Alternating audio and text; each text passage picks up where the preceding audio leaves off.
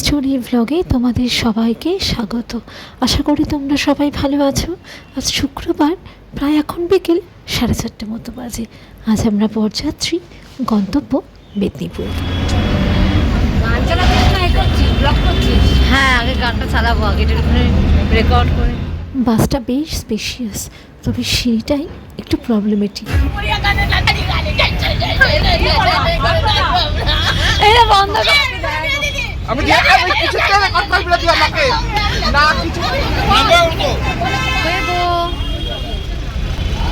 সে high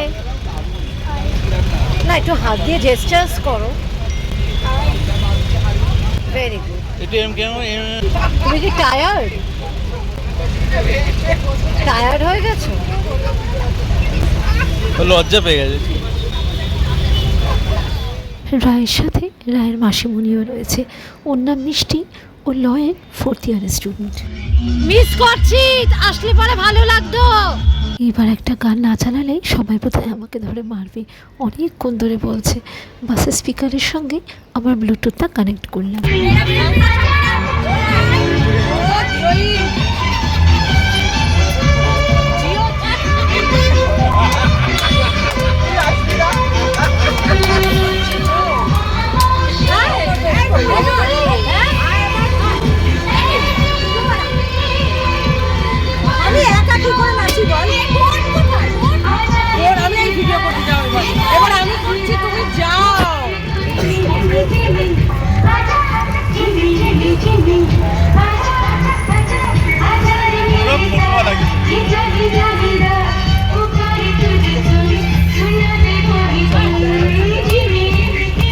হবে না।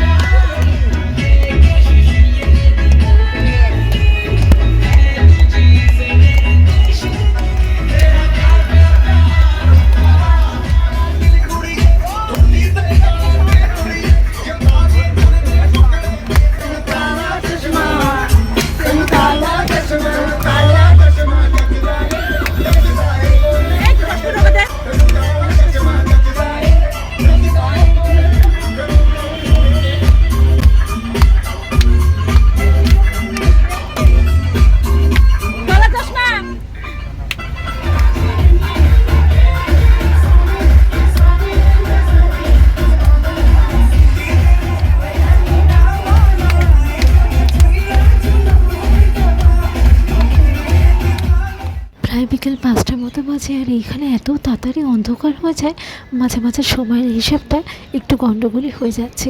হাওড়া দিয়ে যাবো তো, সেই মতো ইডেন চত্বরে এসে পড়েছি। বলতে বলতে হাওড়া ব্রিজ। পরন্ত বিকেলে মা গঙ্গা, কি ভারী মনোময় রূপ না। মা সবাইকে ভালো রেখো, সবার মঙ্গল করো। কি হলো রে? ঠান্ডা আছে কিন্তু ভালো। প্রায় এখন সন্ধে 7টা মতো বাজে। কোলাঘাটে শের বেঙ্গল হোটেলে একটু ব্রেক নিলাম। আসলে এতটা পথ যাওয়া তো, এখনও তো বলছে পৌঁছাতে নাকি 3-4 ঘন্টা। একটু রিফ্রেশমেন্ট হয়ে নিলে কি সবাই আবার সুস্থ মতো আনন্দ করতে করতে যেতে পারে। রায়কে দেখো না, একটা বিড়াল দেখেছে, তার পেছনে পেছনে ঘুরে বেড়াচ্ছে যেন। এই মুহূর্তে ক্যামেরায় যাদেরকে দেখছো তারা কাকুর জুনিয়র্স বা অ্যাসিস্ট্যান্ট। সবাই মিলে দাঁড়িয়ে গল্প গুজব করছে। প্রত্যেকটা ছেলে এত ভালো, এবং তাদের ওয়াইফদের সঙ্গেও আমাদের এত একটা সুসম্পর্ক গড়ে উঠেছে এই অল্প সময়ই। বাবা, এদিকে তো বেশ ঠান্ডা রয়েছে। কলকাতা থেকেও মনে হচ্ছে মিনিমাম 2 ডিগ্রি কম তো বটেই। আগে গরম চাটা একটু চুমুক দিই চলো। এই টি ব্রেকে চা বা কফির পাশাপাশি রয়েছে হালকা স্ন্যাক্স জাতীয় খাবারও, যেমন স্যান্ডউইচ, চিপস, এইসব টুকটাক আর কি। আমার এই পিসির নাম লাভলি। ছোটোবেলাতে লাভলি আর উচ্চারণ করতে পারতাম না, সেই থেকে বার্লি বলতাম, আজও বার্লিই রয়ে গেছে। এবার বাসে উঠতে হবে, তবেই বলছিলাম না সিঁড়িটা বেশ ট্রাভেলসাম। আমার ভাইয়ের বউ সুস্মিতা, ওরা গতকাল ভোর 3টের সময় কলকাতায় এসে পড়েছে। ওই গায়ে হলুদে তো দেখলে, বলছিল না যে ইন্ডিগোর ফ্লাইটটা খুব লেট করেছে, ওই জন্যই ওদের দেরি হয়ে গেছে, নাহলে পরে আরও সকাল সকাল এসে পৌঁছে যেত। এই দেখো, এই সিঁড়ি দিয়ে ওঠানো তো এক যুদ্ধ করা, জানো তো।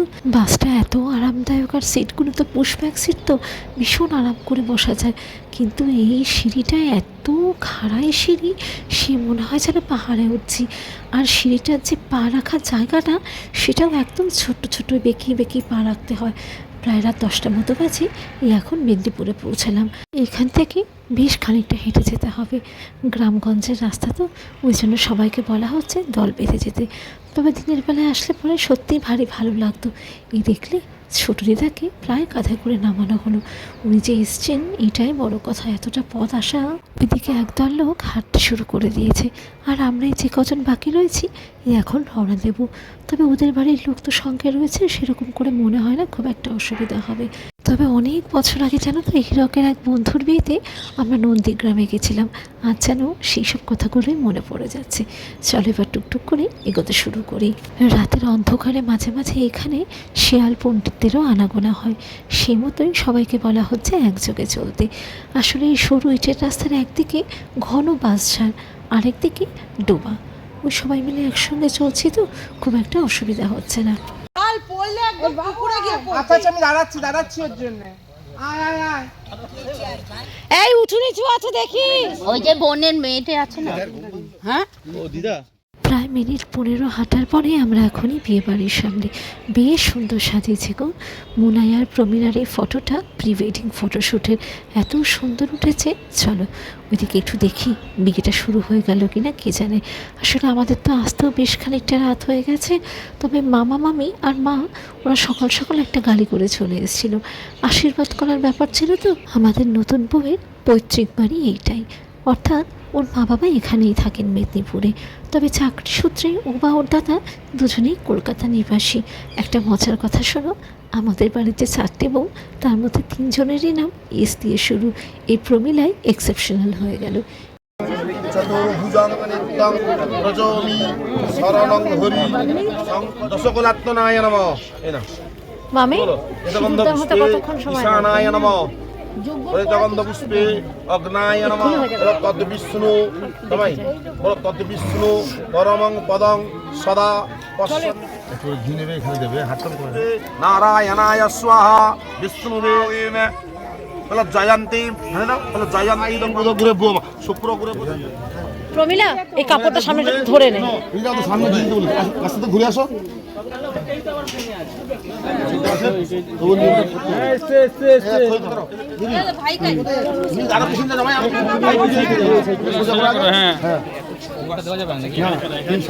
বলো বলো চতুর্বাদন সদস্ত, সামনে আসো।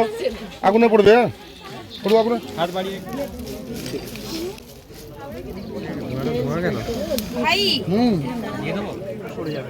তুমি ধরবে লজস না, ওইদিকে তাকাবে, লজস একটু উলু দেবে, হিন্দেন্দু পিণ্ডমান।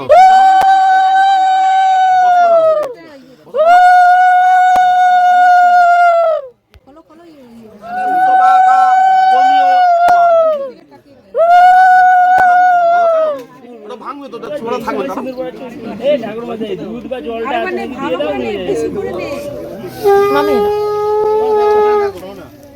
সিঁদুরদানটা একটু ঝড়ঝলদি হওয়ার ফলে ক্যামেরাম্যানরা ঠিকঠাক একটা ক্লিপই নিতে পারেনি, সেই জন্যে এখন রিশুট চলছে। চলো ওদিকটা একটু ঘুরে দেখি। প্যান্ডেলটা এত সুন্দর সাজিয়েছে, আসলে উঠোন চত্বরটা বেশ বড়, এত লোকজন থাকার ফলেও কোনো অসুবিধা হয়নি। তবে প্যান্ডেলের বাড়িটা আরেকবার চেষ্টা করবো দেখানোর। এত নতুনত্ব একটা কনসেপ্ট দেখলাম। ঢুকতেই একটা বড় গাছ কৌটো, তার সঙ্গে হাত পাখা, আর তার পাশেই ওদের এই ফটোটা রাখা ছিল। আচ্ছা, এখানেও ফটোশ্যুট চলছে। ক্যামেরাম্যানরা ডাইরেক্ট করছে আর মুনাই আর প্রমীলা বারে বারে একটু মিস্টেক করে ফেলছে, সেই জন্যই আমরা তো হেসেই গড়াগড়ি। স্টিল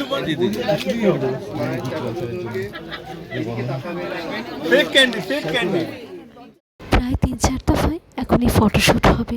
সারা জীবনের মতো একটা স্মৃতি, একটু ফটো না তুললে হয় বলো তো? ওইদিকে ঘড়ির কাঁটা তো লাফিয়ে লাফিয়ে এগোচ্ছে।